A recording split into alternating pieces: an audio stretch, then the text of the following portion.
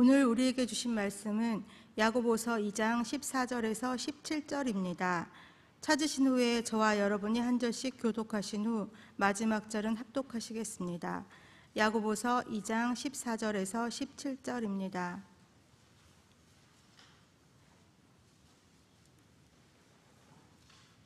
내 형제들아, 만일 사람이 믿음이 있노라 하고 행함이 없으면 무슨 유익이 있으리요? 그 믿음이 능히 자기를 구원하겠느냐? 만일 형제나 자매가 헐벗고 일용할 양식이 없는데 너희 중에 누구든지 그에게 이르되 평안히 가라, 덥게 하라, 배부르게 하라 하며 그 몸에 쓸 것을 주지 아니하면 무슨 유익이 있으리요? 이와 같이 행함이 없는 믿음은 그 자체가 죽은 것이라. 아멘. 인내를 온전히 이루라. 이는 너희로 온전하고 구비하여 조금도 부족함이 없게 하려 함이라. 아멘. 사랑하는 성도 여러분, 오늘이 그날입니다. 오늘이 그날입니다. 오늘 담임 목사님께서 이집트와 남수단 사역을 마무리하시고 이제 오늘 귀국하시는 날이신데요. 이 마지막 저희 교회에 도착하시는 순간까지 주께서 눈동자처럼 보호하시고 아버지께서 그 이후에 이전보다 더 성령 충만한 사역 이어가실 수 있도록 함께 기도해 주시길 부탁드립니다. 네, 사랑하는 성도 여러분, 예수님의 동생분들이 계셨습니다. 예수님의 동생분들이 계셨는데요. 이 예수님의 동생이 믿음이 있었을까요, 없었을까요? 정답을 말씀하셔서 예수님의 이 동생 야고보가 처음에는 믿음이 그다지 좋지 않았습니다. 요한복음 7장 5절 말씀에 형제들까지도 예수를 믿지 아니하였더라라는 말씀이 있습니다. 그런데 고린도전서 15장 7절 말씀에는 어떤 말씀이 나옵니까? 그 후에 야고보에게 보이셨으며 라는 말씀이 나옵니다. 이 야고보 사도가 예수님을 만난 후에는 예수님을 믿었을까요? 안 믿었을까요? 네, 오늘 저희가 말씀 나누는 이 야고보서가 바로 믿음이 없었다가, 예수님의 형제로 믿음이 없었다가 예수님을 만나고 믿음이 생긴 야고보 사도가 적은, 우리 성도님들에게 적은 그런 서신인 것입니다. 그리고 오늘 이 야고보서는요, 저 같으면 그럴 것 같아요. 저희 형님이 예수님이면 예수 그리스도의 동생 야고보는, 이런 표현 나옵니까? 안 나옵니다. 뭐라고 나오죠? 예수 그리스도의 종이라고 야고보서 서신 초반에 그렇게 이야기를 하고 있는 것입니다. 이 예수님의 동생이시면서 예수님의 종인 야고보 사도가 오늘 축복 성구에서 어떠한 권면을 하고 있습니까? 인내를 온전히 이루라. 인내를 온전히 이루라며 이 인내를 강조하고 있는 것입니다. 어쩌면은 이 야고보 사도의 이야기일 수도 있어요. 처음에 예수 그리스도를 믿지 못했던, 인내하지 못하고 부활의 때까지 인내하지 못하고 있다가 예수님을 딱 마주쳤을 때, 예수님, 제가 이 믿음을 이렇게 인내하지 못했던 나의 죄를 회개합니다. 이런 표현 쓰지 않으셨을까라는 생각을 해봅니다. 네, 오늘의 이 첫 번째 주제는 인내인데요. 이 인내하다의 인자를 파자해보면은, 참을 인자를 파자해보면은 마음 심자와 칼 도자, 저희의 마음에, 저희의 가슴에 시퍼런 칼을 하나 얹어놨다고 한번 생각을 해보십시오. 이게 참을 인자입니다. 그런데 우리 마음에, 우리 가슴에 시퍼런 칼을 하나 얹어놓고 있으면은요, 저희가 함부로 움직일 수 있습니까? 움직일 수 없죠. 누가 다칩니까? 스스로가 다치게 될 수 있습니다.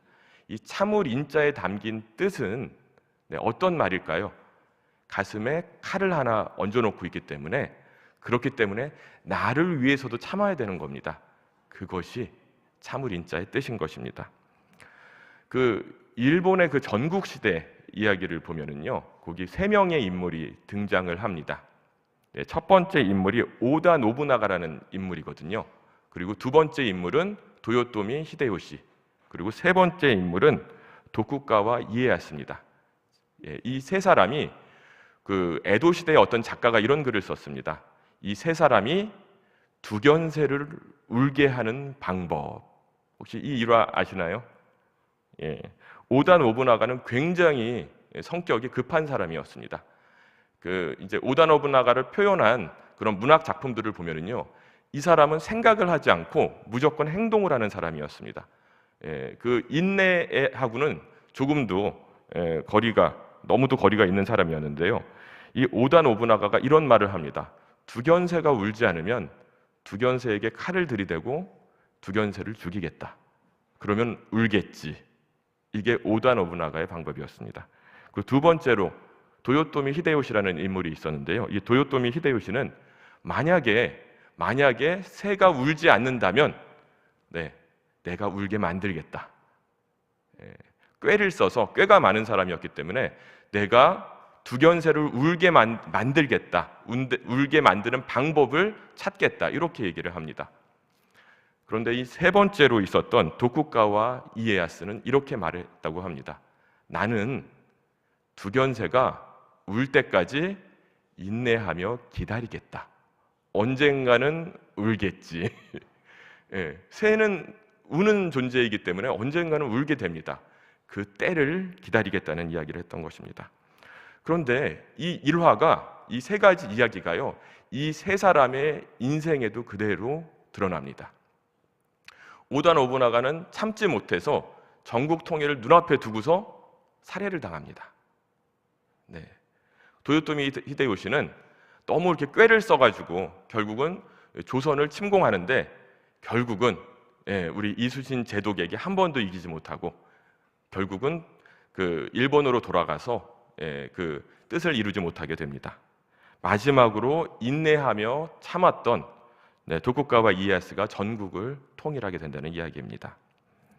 사랑하는 성도 여러분, 이 이야기에서 우리가 얻을 수 있는 교훈은 무조건 참으라는 이야기는 또 아닌 것 같습니다. 왜냐하면요, 이 도쿠가와 이에야스의 이야기를 제가 궁금해서 찾아봤더니 이 사람은 목적이 있을 때 참는 사람이지 무조건 참는 사람은 또 아니었습니다. 그리고 오늘 우리가 살펴볼 이 이야기에서도요, 제가 성도 여러분에게 권면하는 그 이야기가 무조건 참아라는 말씀도 아닙니다. 본문 말씀의 인내 또한 무조건 인내하라는 말씀도 아닙니다. 목적을 가지고 참으라는 말씀인 것입니다. 이 목적은 무엇일까요? 도쿠가와 이에야스의 목적은 전국 통일이었는데 저희의 목적은 무엇일까요? 우리가 참으라 한다면, 그렇죠, 우리는 영혼 구원을 위해 참는 사람들입니다.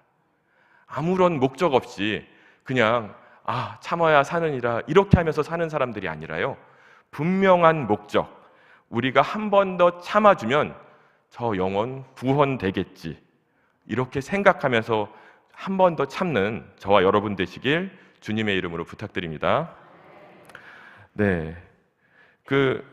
이 야고보서의 이 중요한 목적을 제가 또 말씀드리면은요, 이 기록한 목적이 믿는 자와 믿지 않는 자와 조금도 다를 것 없었던, 그렇게 변해가던 성도님들에게 바른 길을 제시하고 있는 그러한 무조건 참는 게 아니라 올바른 믿음의 길을 걷기 위하여 참으라, 이렇게 말씀하고 계신 것입니다.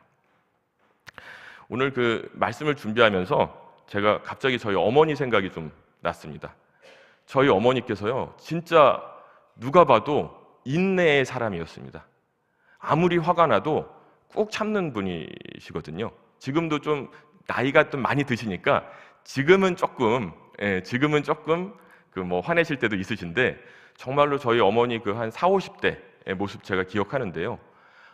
이 정도 되면은 좀 화를 내셔야 될 텐데 이 정도 되면은 좀 이게 나도 좀 이렇게 좀 화낼 수 있어. 이 정도 보여줘야지 사회생활 뭐 할 수 있지 않겠습니까? 그런데 참으시는 거예요. 예. 한 번은 그 다리가 거의 이제 부러지실 뻔 하셨거든요. 그 오토바이가 길 위로, 그러니까 그 길 위로 올라와서 다리를 치셔서 다리가 이제 부러지시고 살점이 다 떨어져 나간 일이 있었습니다. 바로 그 다음 날, 뭐 본인도 너무 고통스러우시겠죠. 근데 저희 형님이 오래 준비하던 시험이 발표가 났는데, 그 사법시험 발표가 났는데 그 해에는 떨어지셨습니다. 그런데 어머니 친구라는 분이 전화를 하셔서 이런 말씀을 하시는 거예요. 이거 발표 나면은 다 인터넷에도 뜨고 다 이거 알 수 있거든요. 우리 아들은 붙었는데 당신 아들은 어때? 이렇게 말씀하시는 거예요. 제가 그 어머니 전화기를 뺏어서 더 이상 참지 마세요 라고 말씀을 드리고 싶었는데 저희 어머니가 이렇게 말씀하시는 거예요. 아, 정말 축하해. 잘 됐네. 오랫동안 준비했는데. 그래, 축하해. 내가 좀 몸이 안 좋아서 이만 들어갈게 하고 전화기를 끊으시면서 눈물을 한 방울 뚝 떨어뜨리시는 걸 제가 옆에서 봤어요. 인내하시더라고요. 그래서 제가 어머니 왜 참으세요? 한마디 하시지. 한마디 하시지. 옆에서 그랬거든요. 20대였어요. 그때는 제가 예, 한마디 하시지 했더니 어머니 마음속에 그런 마음이 있으신 거예요. 내가 참으면 너희가 잘 될 것 같아. 내가 저 사람도 누구 자식인데 내가 누구 자식을 한번 참아주면 왠지 내 자식이 잘 될 것 같아 하시면서 또 눈물을 한 방울 뚝 떨어뜨리시더라고요. 그렇게 인내하시고 참으셨는데 지금 돌아보면은 많은 사람들이 저희 어머니를 너무 좋아하세요. 좋아하시고 그리고 그 다음 해에 형님이 또 합격하시고 또 못 걸으실 줄 알으셨는데 매일 아침에 헬스클럽에서 운동하고 계세요. 제가 우리 성도님들 맨날 손붙잡고 100세까지 사세요 그러시잖아요. 이렇게 축복하잖아요. 그 축복하면서 내가 다른 사람의 어머니 축복하면 제가 우리 어머니한테는 바빠서 전화를 못 드리는데 우리 어머니도 하나님께서 챙겨주지 않으실까 이런 생각을 좀 하게 되었습니다. 정말로 참기 힘든 세상입니다. 하지만 다른 사람 물론 복음을 전하기 위해서 참는 건데요. 정말로 우리 예수 복음을 전하기 위해서 참으시는 저와 여러분 되시길 또한 축원드립니다. 네, 사랑하는 성도 여러분, 올해 여름에 정말 저희 뜨거웠죠. 뭐 때문에 뜨거웠습니까? 너무 많은 선교사님들을 저희가 파송을 했습니다. 너무도 많은 3년 이하의 선교사님들 단기 선교사라고 하시는데요. 정말로 많은 가는 선교사님들을 저희가 파송을 했고 우리가 파송을 했기 때문에 또한 저희도 선교사가 되었습니다. 저희는 무슨 선교사였죠? 보내는 선교사가 되어서 오늘까지 또한 이제 담임 목사님께서 자비량으로 남수단에 가셨거든요. 정말로 저희들 이렇게 보내는 선교사로서 많이 기도했습니다. 이 선교사 보내고 기도하지 않으면 이거 어떤 표현이 있냐면요. 물에 빠뜨려 놓고 산소 공급 안 한다 이런 말이 있습니다. 근데 정말 새벽마다 나오셔서 우리 선교사 보내고 나서 정말로 보내는 선교사로서의 모범을 보여주신 우리 성도 여러분 너무 자랑스럽고 또한 주님의 이름으로 우리가 다른 사람을 축복한 그 축복이 우리 자신에게도 들어오기를 또한 축복드립니다. 네, 제가 오늘 그 말씀 준비하면서 문득 원래 제가 지나간 일은 잘 얘기하지 않으려고 엄청 노력을 하는데요. 오늘 제가 잠깐 제 청년 시절을 돌아보았습니다. 제가 다니던 교회가 굉장히 또 저희 교회처럼 선교를 강조하던 교회였거든요. 굉장히 선교를 강조하다 보니까 큰 교회는 아주 큰 교회는 아니었는데 선교사 파송이 50명이 넘었습니다. 근데 그 방법이요. 매년 여름에 저희 교회처럼 이 많은 선교사님들을 그 여름에 파송을 하고 그 중에 또 헌신자가 나옵니다. 헌신자가 제가 자비량으로 6개월, 1년, 3년 이렇게 헌신하고 오겠습니다 하고 헌신하는 분들이 나오고 그 중에서 내가 평생을 또한 선교지에서 하나님께 인생을 바치겠습니다 하는 장기 선교사가 나오다가 이제 50여 명이 넘었던 기억이 납니다. 제가 이제 선교사로 단기 선교사로 헌신했던 그 시절 제가 인도를 마음에 품고 베트남, 인도 많은 나라들을 다녔는데요. 인도를 마음에 품고 그 자비량 자원봉사자로 헌신을 했던 기억이 떠올랐습니다. 근데 마침 그때 그 CGN TV 아시죠? CGN TV에서 촬영이 나왔어요. 선교지 탐방. 그래서 제가 찍혔습니다. 그 자료 화면을 제가 잠깐 보여드리겠습니다. 뭐 독수리 오영재라는 그런 프로그램이었는데 저기 제 맨 왼쪽에 이렇게 손 올리고 있는 친구가 저고요.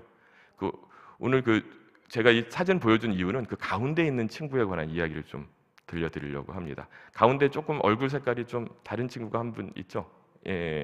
이 친구에 관한 이야기인데요. 제가 청년 시절을 이야기했잖아요. 지금까지 친구일까요, 아닐까요?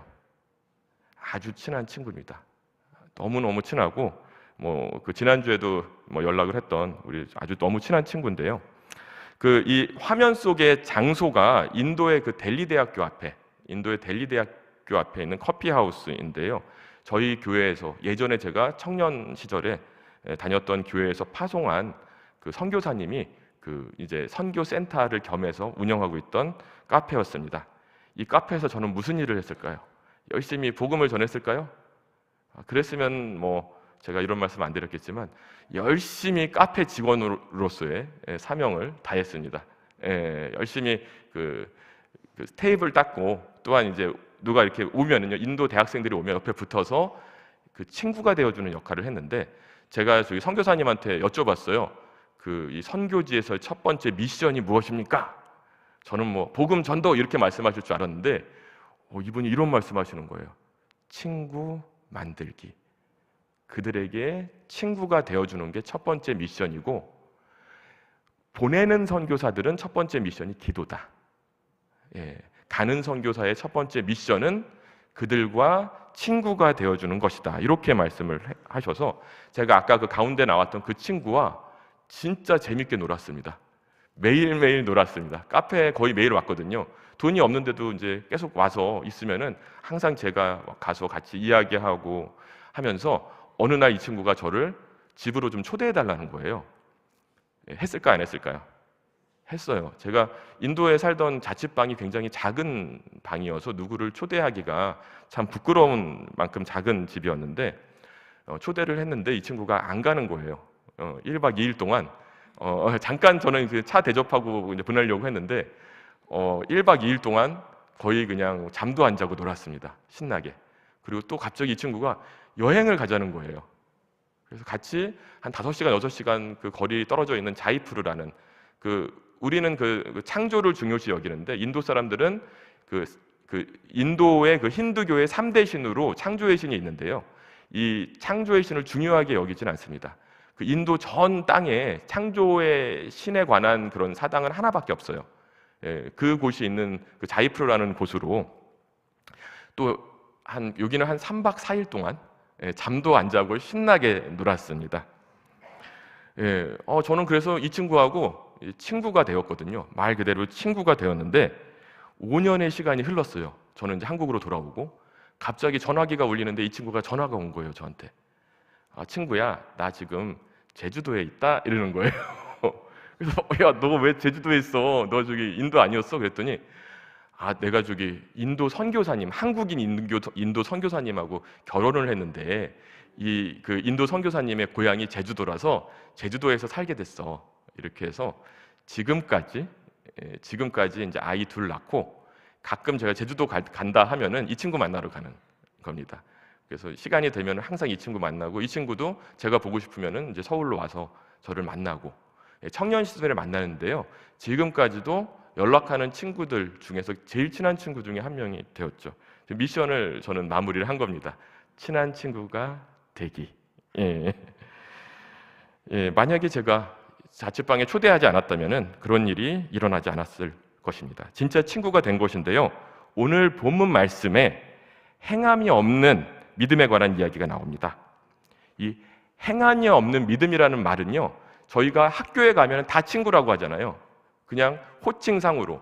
하지만 그 친구 잘 모르잖아요. 같이 추억이 없을 수도 있고요. 말로만 친구라고 하면서 전혀 추억도 없고 서로 이름만 아는 친구 같은 믿음, 그게 행함이 없는 믿음일지도 모르겠습니다. 정말 친구라고 한다면은요, 그 사람에 대해서 잘 알아야 하고 기꺼이 도움을 줄 수 있어야 하는 것입니다. 예수께서도 저희에게 친구라고 말씀하셨기 때문인 것입니다. 오늘 본문에 야고보서에도 진정한 형제가 무엇인지 우리에게 교훈을 주고 있는 말씀이 나옵니다. 본문 말씀 14절부터 16절까지의 말씀을 함께 읽겠습니다. 시작. 내 형제들아, 만일 사람이 믿음이 있노라 하고 행함이 없으면 무슨 유익이 있으리요? 그 믿음이 능히 자기를 구원하겠느냐? 만일 형제나 자매가 헐벗고 일용할 양식이 없는데 덥게 하라, 배부르게 하라 하며 그 몸에 쓸 것을 너희 중에 누구든지 그에게 이르되 평안히 가라, 덥게 하라, 배부르게 하라 하며 그 몸에 쓸 것을 주지 아니하면 무슨 유익이 있으리요? 아멘. 사랑하는 성도 여러분, 로마서는 믿음을 강조한다고 하잖아요. 그리고 야고보서는 행위를 강조한다고 하잖아요. 그 말씀이 맞는 말씀인데 조금 그 오해가 있는 것 같습니다. 이 로마서는요, 로마서가 쓰여진 목적이 무엇일까요?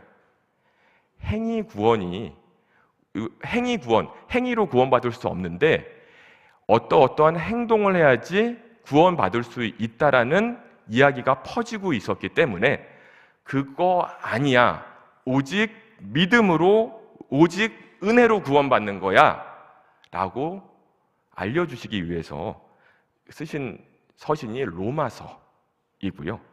그럼 야고보서는 누구한테 쓴 것일까요? 이미 구원받고 신앙생활을 하고 계신 우리 성도님들과 같이 신자들에게 쓴 겁니다. 교회 열심히 다니고 있는 그런 그 성도님들에게. 저희가 그렇잖아요. 신앙생활 하다가 제자훈련 이런 표현 하잖아요. 이제는 제자훈련. 이미 구원받았기 때문에, 이미 이 구원받은 믿음 안에 있기 때문에 이제는 제자훈련하면서 뭔가를 좀 섬기고 뭔가를 좀 눈에 보이는 그런 복음을 전하자. 이게 뭡니까? 행함이 있는 믿음입니다. 예, 로마서는 무조건 로마서는 믿음이다. 야고보서는 행위다. 한편으로는 맞는 표현이기도 하지만 이게 이제 쓰여진 목적에 따라서 전혀 다른 이야기가 될 수 있는 것입니다. 이 야고보서에서는요, 말 그대로 교회 생활 잘 하시면서 제자 훈련까지 다 받았는데 서로 비방하고 형제끼리 서로 차별하고 그러한 현상이 일어나니까 야고보 우리 사도가 이런 표현을 쓴 겁니다. 이럴 거면 제자 훈련 왜 받았어? 우리 이 믿음이 있다면 이 믿음을 보여주자. 이 믿음을 행하자. 이런 표현을 쓰신 겁니다.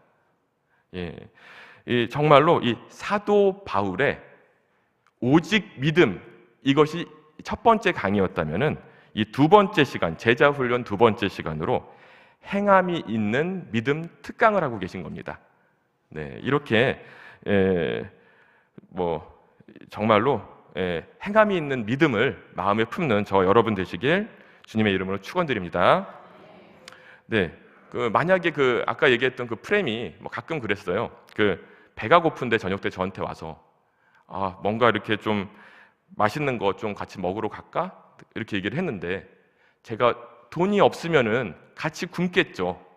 그런데 제 주머니에 탄두리 치킨 사줄 뭔가가 있는데 그것을 내놓지 않겠습니까? 이 말입니다. 그 사람을 부르는 형제라고 표현하면서 이 호칭이 호칭상의 형제인지 정말 믿음 있는 의미로서의 형제인지 이것을 한번 구분해 보라는 말씀인 것입니다.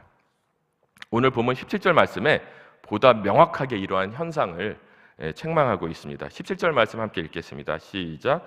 이와 같이 행함이 없는 믿음은 그 자체가 죽은 것이라. 아멘.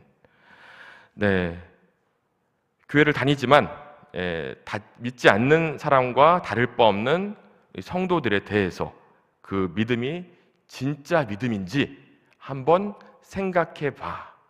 이 말씀을 야고보 사도가 반복하고 있는 그러한 서신이라고 생각하면 되실 것입니다. 그런데 우리 하나님께서는요, 구원받은 우리 성도님들이 최선을 다해서 누군가를 섬겼는데 뭔가 실패하고 또한 열심히 신행생활 하다가 좀 실족하고 한다고 해서 책망하시는 분이 절대 결단코 아닙니다. 우리가 마음이 조금 흔들린다고 해서, 믿음이 조금 약해져 보인다고 해서 그렇다고 할지라도 구원의 하나님은요, 저희의 믿음을 붙잡고 정말 구원받는 길로 이끌어 가시는 강권적인 하나님이심을 또한 믿음으로 받아들이시기를 부탁드립니다. 네, 오늘 드리는 말씀은요, 우리 이 믿음에 관한 말씀을 할 때 저희가 이제 좀 조심하는 분들 중에서 구원파 분들이 있어요. 구원파 분들이 이런 표현 씁니다. 우리는 이미 구원받았으니 아무렇게나 다 해도 돼. 야고보 사도가 근심하고 걱정했던 것이 이겁니다. 바로 시작은 제대로 했는데 이 구원파도 시작은 확신 있는 믿음으로 시작을 했다가 나중에는 어떻게 됐어요? 네, 행함으로 가버린 거예요. 이거 만약에 이거 안 하면은, 이 행위가 없으면은 구원 안 받은 거야 라고 표현을 했기 때문에 이단으로 빠진 것입니다. 그렇기 때문에 우리가 마치 구원파적인 왜곡된 믿음으로 빠지지 않도록 조심하라고 경고하고 있는 것입니다. 제가 끝으로 아까 저기 인도에서 만난 친구 이야기를 했기 때문에 제가 베트남에서 만난 친구가 여기 보고 있으면 왜 나는 얘기 안 해? 이럴 것 같은 느낌이 들어서 그 얘기 잠깐 하고 제가 마무리를 좀 하도록 하겠습니다. 네, 제가 매해 나갔기 때문에 어떤 2000 몇 년도인지 제가 명확히 기억이 안 나는데요. 한 번은 베트남에 가서 사역을 했습니다. 이 친구하고 연락하고 있을까요? 안 하고 있을까요? 하고 있는데 아주 이 인도 친구만큼이나 긴밀하게 전화는 안 하고 카톡을 자주 해요. 카톡을 자주 하고 있는데 베트남에서는 영어 영문과보다 한국어과가 인기가 좋기 때문에 이 친구는 한국어로 저랑 항상 얘기를 했어요. 그런데 베트남에서 만났는데 이 친구가 한국으로 유학을 오게 됩니다. 유학을 오게 돼서 이제 관계가 계속 이렇게 이어지게 되는 거죠. 그래서 정말로 오누이처럼 굉장히 잘 지냈습니다. 이 친구는 자매였는데요. 이 친구가 나중에 베트남으로 돌아가면서 저에게 감사의 표시로 베트남 이름 하나를 지어주겠다 이러는 거예요. 그래서 저는 이제 무슨 목사죠? 박상준 목사인데 제가 베트남 가면은 이름이 바뀝니다. 전투원민. 전투원민이라는 이름을 지어줬어요. 제가 무슨 뜻인지를 몰라서 이거 무슨 뜻이야 물어봤더니 잘생겼다라는 뜻이래요. 제가 결탄코 이렇게 강조하거나 한 적은 없다는 것을 명백히 밝혀드립니다. 네. 근데 이 친구가 한국에 머무는 동안에 제가 정말 가족처럼, 제 오누이처럼 지냈어요. 근데 이 친구가 너무 고마웠나 봐요. 너무. 그래서 한 4년 정도 후에 이제 학업을 마치고 베트남으로 또 돌아갔는데 그때쯤에서 제가 또 이제 결혼을 또 하게 되지 않겠습니까? 이 친구가 제 결혼식에 와서 축복의 시를 낭송해 줬어요. 네, 그러면서 축의금을 보고 제가 좀 놀랐어요. 우리 그런 거 있잖아요. 친구 결혼식 때 얼마쯤 축의금 하세요? 놀라실까 봐 먼저 이렇게 운을 띄우는 건데 얼마쯤 하세요? 이 친구가 저한테 50만 원을 주고 갔어요. 그래서 왜 50만 원인지 궁금했는데 이 친구가 물어봤나 봐요. 혹시 친척이 결혼하면 한국에서 얼마쯤 하는지 다른 리서치를 한 후에 저한테 가족 대우를 해준 겁니다. 행함으로 저에게 보여줬잖아요. 근데 믿음이 먼저잖아요. 오빠라는 믿음이 먼저고 그 다음에 뭔가를 행위를 한 거잖아요. 이렇게 정말로 행함이 있는 믿음을 마음으로 간직하시길 부탁드립니다. 이 친구와의 짧은 간증 하나만 하고 제가 마무리하겠습니다. 누군가를 이렇게 정말로 가족처럼 섬기고 누군가하고 그런 좋은 관계를 맺으면 하나님께서 강권적으로 역사하실까요? 안 하실까요? 하십니다. 네. 이 친구 제가 왜 잘해줬을까요? 왜 잘해줬을까요? 복음을 전하기 위해서. 이 친구도 알았어요. 교회 다니는 사람이기 때문에 복음 때문에 가족이 됐다는 거 알았어요. 제가 숨기지 않았어요. 같이 교회도 여러 번 나갔기 때문에 숨긴 적이 없습니다.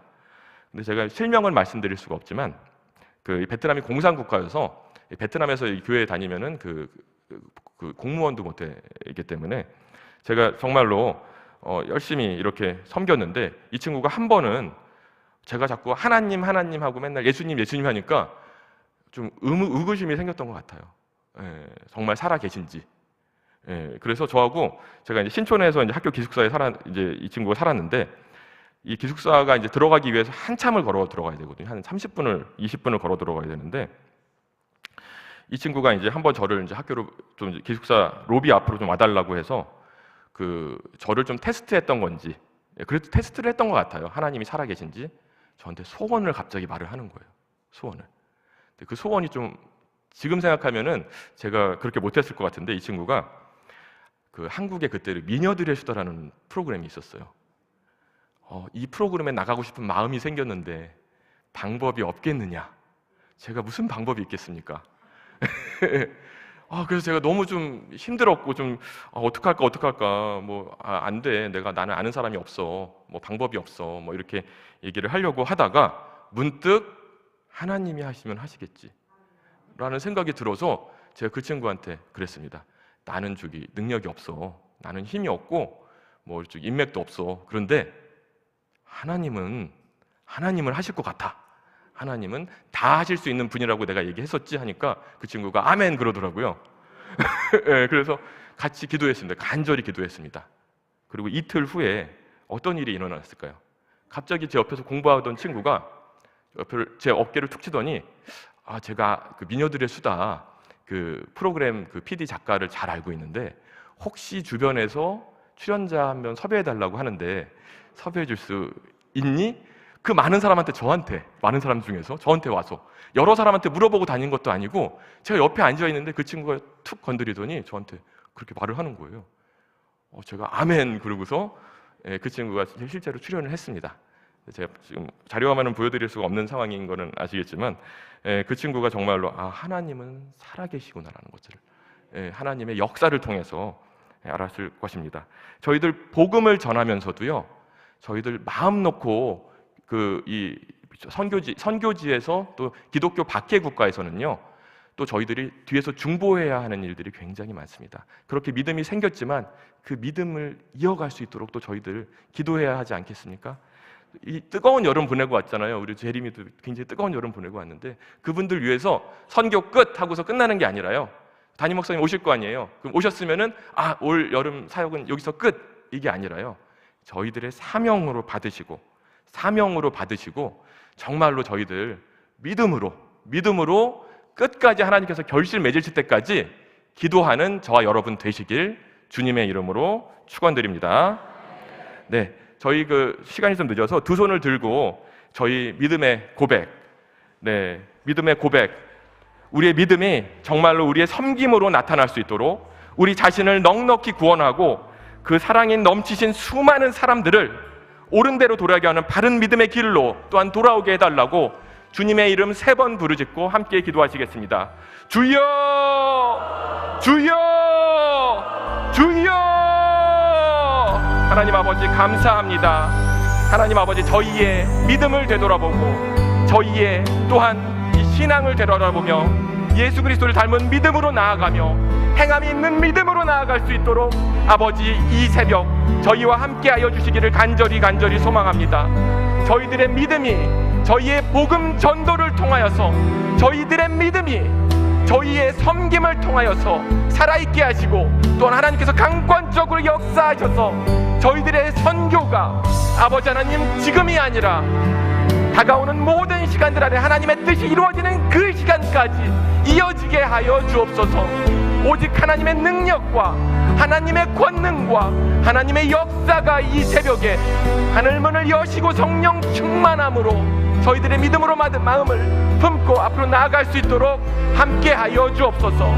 오직 주님의 나라와 주님의 권능을 구하며 오직 하나님의 나라와 하나님의 뜻을 구하며 믿음으로 나아가는 저희 모두 될 수 있도록 이 새벽에 오셔서 저희 마음과 생각을 지켜주시며 저희의 마음을 온전히 붙들고 믿음의 길로 인도하여 주시기를 간절히 소망하오니 하나님 아버지, 이 새벽에 부르짖는 저희의 기도 위에 함께하여 주시기를 간절히 소망합니다. 아버지 하나님, 이 새벽에 또한 육체의 연약함으로 인하여서 질병의 치유를 위하여 기도하고 있는 수많은 성도님들이 계십니다.